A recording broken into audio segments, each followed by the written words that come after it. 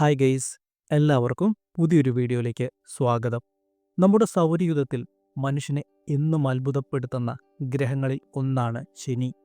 അതിൻ്റെ വലയങ്ങൾ എന്നും നമ്മെ അത്ഭുതപ്പെടുത്താറുമുണ്ട്. എന്നാൽ ആ സൗന്ദര്യത്തിനുമപ്പുറം ശനിയുടെ കുടുംബത്തിൽ ഒരു ഭീകരൻ ഒളിഞ്ഞിരിപ്പുണ്ട്.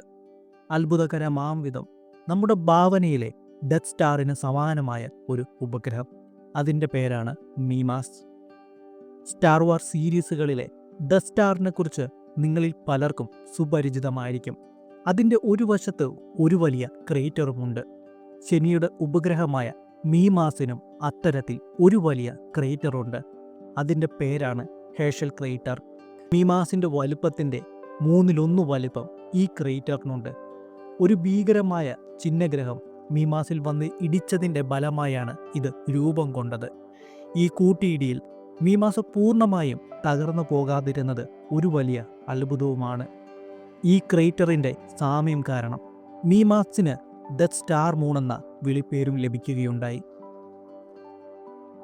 ശനിയുടെ ഉപഗ്രഹമായ മീമാസിൻ്റെ ഉപരിതലം പൂർണ്ണമായും മഞ്ഞാൽ മൂടപ്പെട്ട് കിടക്കുന്നു. അതിൻ്റെ ഉപരിതലത്തിനും താഴെ എന്താണ് എന്ന് ശാസ്ത്രലോകത്തിന് കൃത്യമായ പ്രവചനങ്ങൾ ഇല്ല എങ്കിലും സമീപകാലത്ത് നടത്തിയ പഠനങ്ങൾ സൂചിപ്പിക്കുന്നത് മീമാസിൻ്റെ ഉള്ളിൽ ഒരു സബ്സർഫസ് ഓഷ്യൻ അഥവാ ഭൂഗർഭ സമുദ്രം ഉണ്ടാകുവാനുള്ള സാധ്യതകൾ വളരെ ഏറെയാണ്.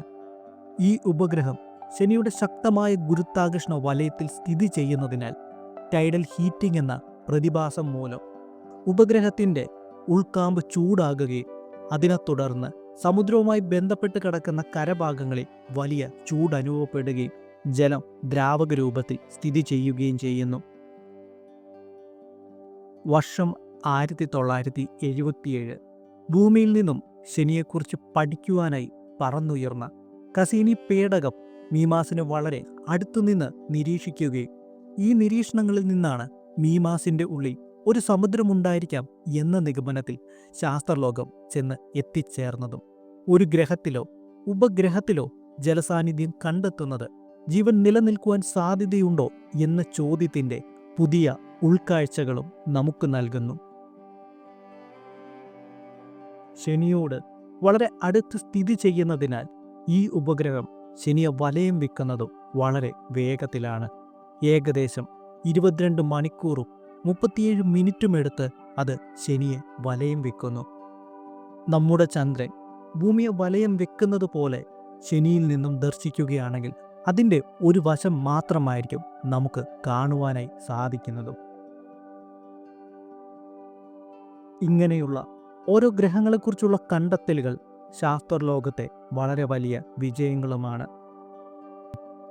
ഒരുപക്ഷെ വളരെ വലിയ ജീവജാലങ്ങൾ ഒന്നുമില്ല എങ്കിൽ പോലും സൂക്ഷ്മജീവികൾ ഈ സമുദ്രത്തിൽ എവിടെയെങ്കിലും കാണുവാനുള്ള സാധ്യതകൾ ഇന്നും മനുഷ്യൻ തേടിക്കൊണ്ടിരിക്കുകയും ചെയ്യുന്നു.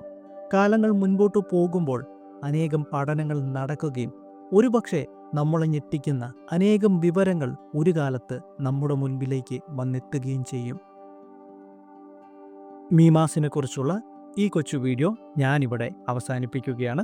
വീഡിയോ കൺക്ലൂഡ് ചെയ്യുന്നതിന് മുമ്പായി നമ്മുടേത് വളരെ ചെറിയൊരു ചാനലാണ്. നിങ്ങളുടെയൊക്കെ സപ്പോർട്ട് ഉണ്ടെങ്കിൽ മാത്രമേ നമുക്ക് മുൻപോട്ട് പോകാനായി സാധിക്കുകയുള്ളൂ. വീഡിയോയിൽ എന്തെങ്കിലും പോരായ്മകളുണ്ട് തീർച്ചയായും കമൻറ്റ് ചെയ്യണമെന്നും പറ്റുവാണെങ്കിൽ വീഡിയോ ഒന്ന് ലൈക്ക് ചെയ്യണമെന്നും ഷെയർ ചെയ്യണമെന്നും ഞാൻ നിങ്ങളുടെ അടുത്ത് റിക്വസ്റ്റ് ചെയ്യുകയാണ്.